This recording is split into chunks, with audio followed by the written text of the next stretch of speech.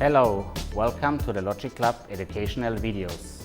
My name is Günther Lechner. I'm an advanced application specialist for general imaging. I'm going to talk about the configuration of the print and store buttons. To configure the print buttons, you have to go into the utility menu. Then you have to go to Application, and on the screen you can find here the page Print Controls.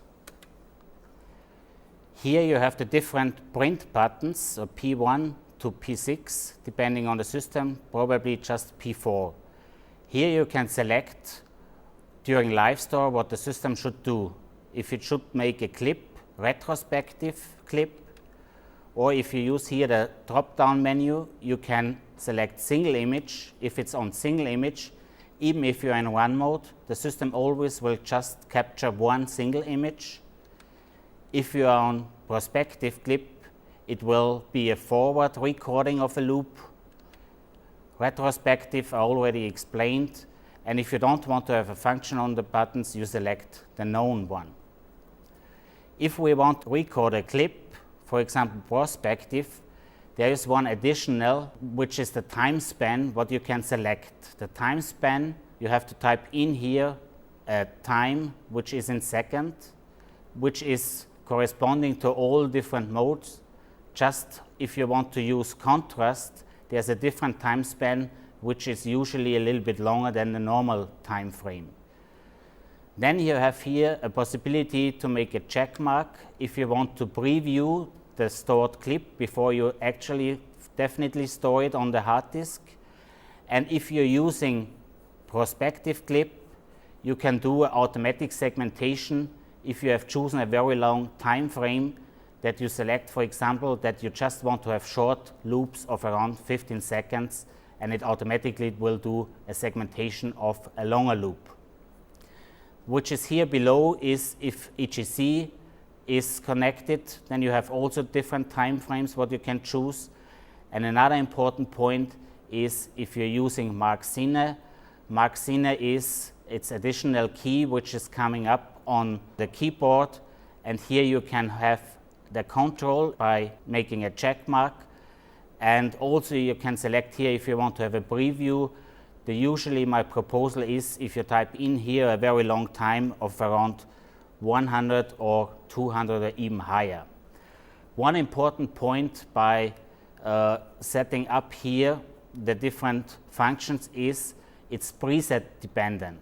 So you have to take care, so if you want, you can do it for every preset differently, but my proposal here is also if you use here the kick down menu, if you're going up here and you choose all application, because then all application will be the same. After you have done this, you press save, and now we have one additional mode where you have to configure the print buttons on the keyboard. Therefore we go here to connectivity. Then here on the screen you have a page called button. You select this one, and here you have the different print buttons, the P1 to P5. So you select one, then you select here the format. There are different formats available. If you are choosing raw DICOM means that we are storing in a special GE DICOM file which is using the private DAC. The advantage here is that if you recall images, you can do adjustments.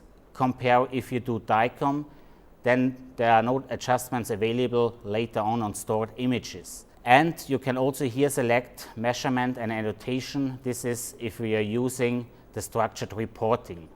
So we're choosing here one. The next thing is the image frames. This is important if you do loop recording.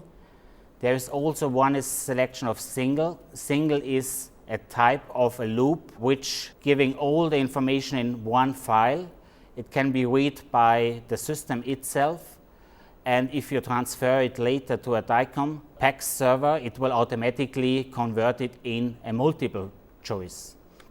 If you want to set a print button that it should directly send DICOM images or DICOM loops to a PAX server, you have to select here multiple.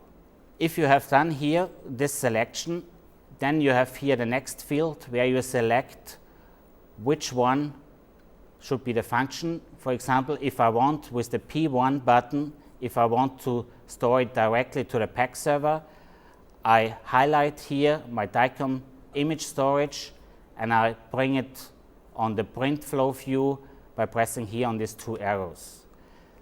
If you have configured all your buttons as you like, you just press save again and the system is configured to your needs as you want to have it.